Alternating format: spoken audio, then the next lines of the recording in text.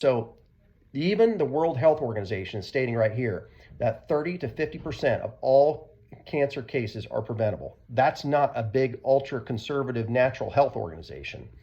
If you also go look at the American Cancer Society, and this is just from the Breast Cancer Research Foundation. They have stated here, first they're reporting on the American Cancer Society, and they note that around 30% of postmenopausal breast cancer diagnoses are linked to modifiable risk factors. There's several times here right now I'm going to be telling you this, that your genes load the gun, but the environment pulls the trigger.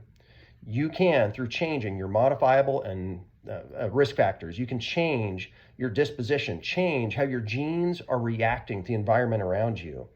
And you may not be doomed because you have some type of condition that's in your family.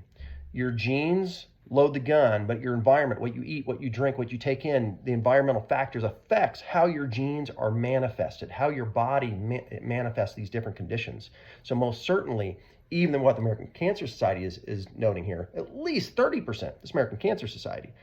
However, the Breast Cancer Research Foundation, they say that anywhere from 50 to 70% of all breast cancers are prevented depending on how people change their risk factors, including behavior and lifestyle changes. And that's significant, right?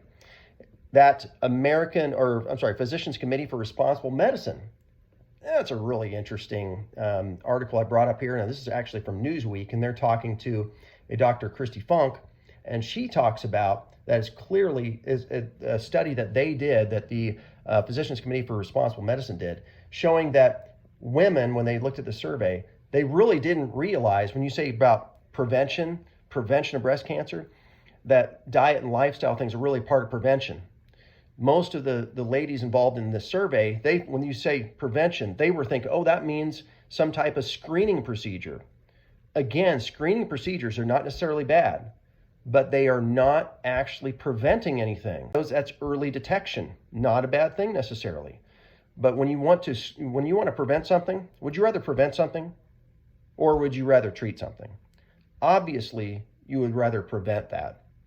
And multiple studies, including the American Cancer Society, World Health Organization, the Physicians Committee for Responsible Medicine, multiple organizations acknowledge that cancer and breast cancer in particular have modifiable risk factors that you and I can control to prevent these conditions from occurring.